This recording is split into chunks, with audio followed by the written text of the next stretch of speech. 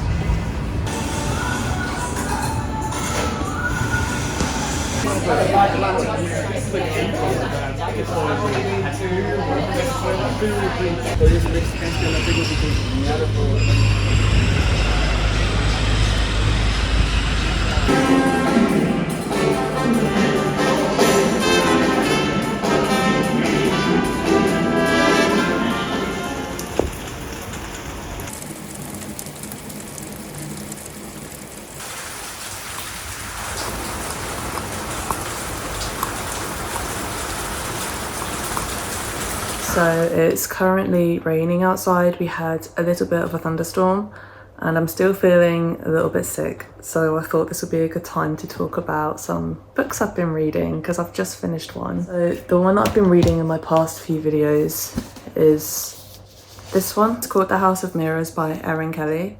And I think it's more of a thriller. It's quite gothic and dark. And it's also set in the same world as, I think this was her first book. So this was published in 2010 and this one was published this year. I think this was her first ever book, and it follows these girls in this particular summer in, I want to say, the 90s. And it plays with the idea of obsession and love and identity. It's quite a dark book, I will say that. She's written it in such a way that this can be read on its own. I mean, I think if you read both, you get a bit more out of it, but it makes complete sense and it's a full story on its own. I really loved this book. My only issue is with Erin Kelly's books is that there are so many characters to follow. This one wasn't too bad for it, but for a few of her books that I've read, I struggled to keep up with who's who and all the names. I'm just not very good with names in general, and there tends to be a lot of people in her books. So that's the only thing I'll say. But overall, this book was really, really good. It was quite satisfying, and I actually can't tell from the way it ended if there's going to be any more of these. I think she's ended it in such a way that if this was it, if this was the end of everything, I wouldn't be upset about that. Like, it's quite a nice way to end it, but I feel like there's opportunity there. And at the moment, I am currently reading a book on my Kindle, which I prefer to read on my Kindle, to be honest. The book I'm currently reading is called Reprieve, and it's so different to what I usually read. Well, it's a horror, and it is about people who go into an escape room and then someone, I guess, gets killed. At the moment, I'm only 30% in, but at the moment what the author seems to be doing is introducing you to the contestants, because what's happened is they've gone into this escape room and there's 6 levels and they're trying to get to the last level so they can win this cash prize. Someone gets killed, but before we get to that, the author is introducing us to each of the contestants' sort of backstory and their motivations for joining, because it seems like this escape room is quite traumatizing, and I feel like you need to really understand why someone is going through this much trauma for, I think it's $50,000. So I think it's necessary for it to be told in the way it is, but I can understand how when you read the blurb of this book, you'd read it thinking it's going to be pretty much always set in the horror house and it's going to be very gory, but it's actually, so far, I've seen more backstory than I have house. So that's something to bear in mind, but it is really, really good, and it's quite an easy read as well.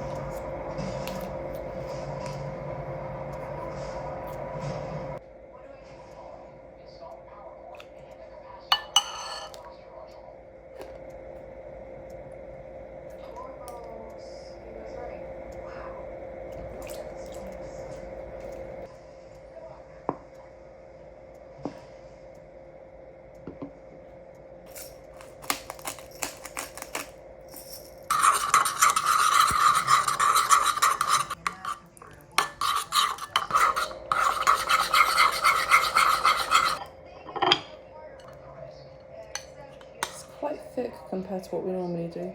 Yeah? Not a bad thing or anything. No.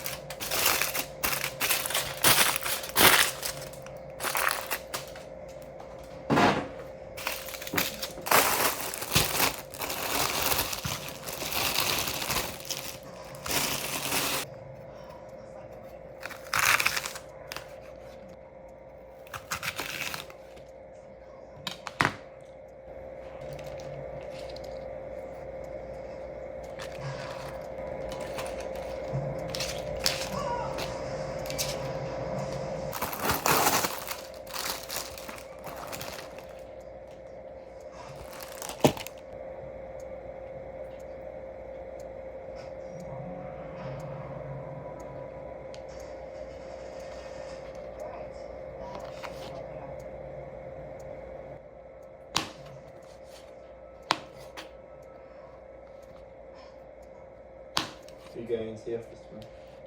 No.